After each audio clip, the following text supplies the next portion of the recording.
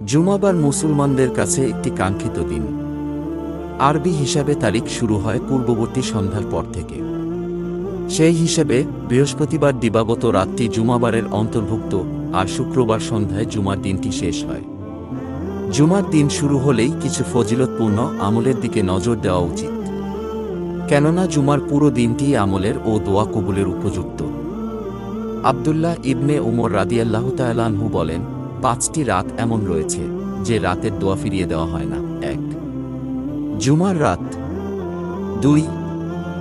রজব মাসের প্রথম রাত। 3. শাবান মাসের 14 তারিখ দিবাগত রাত অর্থাৎ শবে বরাতের রাত। 4. ঈদুল ফিতরের রাত। এবং 5. ঈদুল আজহার রাত। মুসান্নাফে আব্দুর রাজ্জাক, হাদিস নম্বর 7927। জুমার রাত তথা বৃহস্পতিবার দিনে ও দিবাগত রাতে কিছু গুরুত্বপূর্ণ আমল রয়েছে, এখানে সেগুলো তুলে ধরা হল। বৃহস্পতিবার দিনে রোজা রাখা, শুক্রবার রাতের আমল এবং জুমাবার রাতের আমল। বৃহস্পতিবার দিনে রোজা রাখার অনেক ফজিলত রয়েছে, এজন্য বৃহস্পতিবার রোজা রাখতেন নবীজি সাল্লাল্লাহু আলাইহি ওয়াসাল্লাম। তাছাড়া বৃহস্পতিবার রাতে পুরো সপ্তাহের আমল আল্লাহর সামনে উপস্থাপন করা হয়। এ বিষয়ে নবীজির ইরশাদ, বৃহস্পতি ও সোমবার আল্লাহ তাআলার সামনে বান্দার আমল উপস্থাপন করা হয়, তাই আমি চাই আমার আমল পেশ করার সময় আমি যেন রোজা অবস্থায় থাকি। সুনানে নাসাই, হাদিস নম্বর 2358। হযরত ইবনে আব্বাস থেকে বর্ণিত একটি দীর্ঘ হাদিসে আল্লাহর রাসূল সাল্লাল্লাহু আলাইহি ওয়াসাল্লাম বলেছেন, হে আলী, শুক্রবার রাতের শেষ তৃতীয়াংশে সাহস করে উঠে পড়ো, কারণ এটি একটি গুরুত্বপূর্ণ সময় এবং এতে দোয়া কবুল হয়। মুস্তাদরাক আলাস সহিহাইন, হাদিস নম্বর 1190। আত্মীয়স্বজন ও ভাই বন্ধুর সঙ্গে সুসম্পর্ক বজায় রাখা। রাসূলুল্লাহ সাল্লাল্লাহু আলাইহি ওয়াসাল্লাম ইরশাদ করেছেন, সোম ও বৃহস্পতিবারে আল্লাহ সব মুসলিমকে ক্ষমা করে দেন, তবে ওই 2 ব্যক্তি ছাড়া যারা একে অপরকে বর্জন করেছে। তাদের সম্পর্কে আল্লাহ বলেন, পরস্পর মিলে যাওয়া পর্যন্ত এদেরকে আপন অবস্থায় ছেড়ে দাও। ইবনে মাজাহ, হাদিস নম্বর 1740। এই হাদিসের আলোকেই আলেমরা বলে থাকেন, বৃহস্পতিবারে বিবাদ মিটিয়ে নেওয়া উচিত, কেননা যেসব মুসলমান ঝগড়া করে ও অন্যের প্রতি রাগান্বিত হয় তাদের এই রাতেও ক্ষমা করা হবে না। একইভাবে আত্মীয় স্বজনের সাথে সম্পর্ক ছিন্নকারীকেও এই রাতে ক্ষমা করা হবে না। এ কারণে নবীজি সাল্লাল্লাহু আলাইহি ওয়াসাল্লাম কোনো মুসলমানকে অন্য মুসলমানের সাথে 3 দিনের বেশি রাগ করে থাকতে নিষেধ করেছেন। বুখারী 6056 ও মুসলিম 2559। দরুদ পাঠ। হযরত আনাস রাদিয়াল্লাহু তাআলা আনহু থেকে বর্ণিত, রাসূলুল্লাহ সাল্লাল্লাহু আলাইহি ওয়াসাল্লাম বলেছেন, জুমার দিনে ও রাতে আমার ওপর দরুদ পাঠ করো।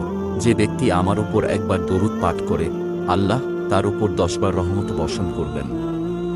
বাইহাকি, হাদিস নম্বর 620। আনাস ইবনে মালিক রাদিয়াল্লাহু তাআলা আনহু থেকে আরও বর্ণিত, তিনি বলেন, রাসূলুল্লাহ সাল্লাল্লাহু আলাইহি ওয়াসাল্লাম বলেছেন, যে ব্যক্তি জুমার দিন ও রাতে আমার উপর দরুদ পাঠ করবে, আল্লাহ তার 100টি প্রয়োজন পূরণ করবেন। এর মধ্যে 70টি আখিরাতে এবং 30টি পৃথিবীতে।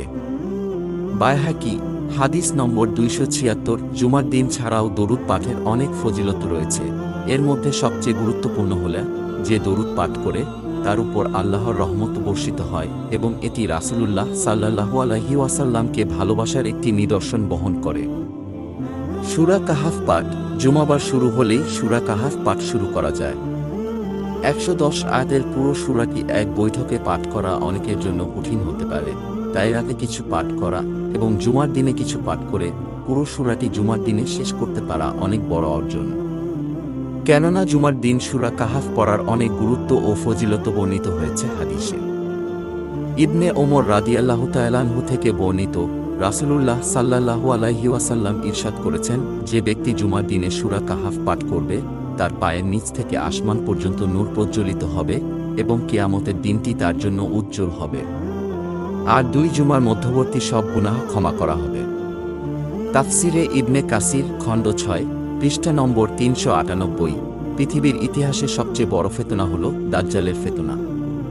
এই ফিতনা থেকে বেঁচে থাকা অতটা সহজ নয়। এমন কঠিন ফেতনা থেকেও নিরাপদ থাকার উপায় হচ্ছে সূরা কাহাফ পাঠ।